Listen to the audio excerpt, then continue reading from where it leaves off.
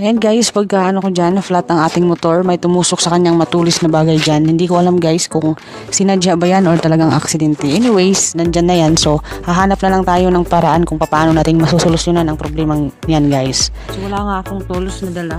Nahirapan akong bunutin. So, may gunting akong nakita. Yun ang pinangbunot ko. So, yan, ganyan kahaba guys yung tumusok kay Summer, no? Sa loob ng 3 years guys na pagmumotor ko, yun lang to nangyari. First time siyang nangyari kay Summer. Wala akong mahanap na vulcanizing na malapit dito or nag-aayos niyan. So, gawin ko, iiwan ko muna siya dyan guys.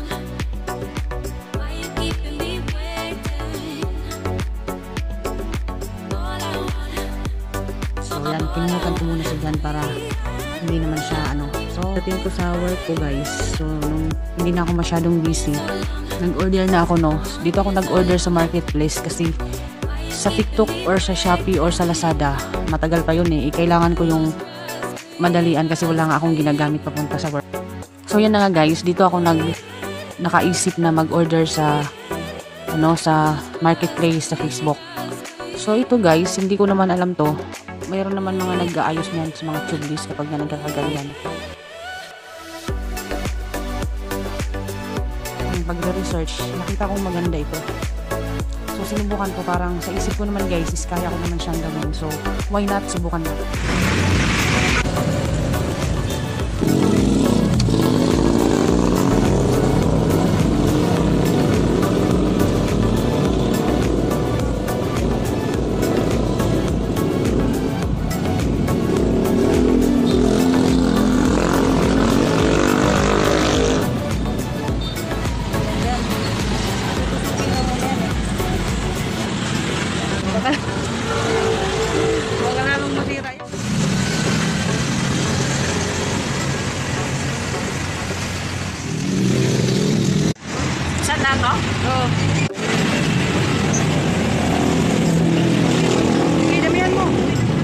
Baka maubos ko.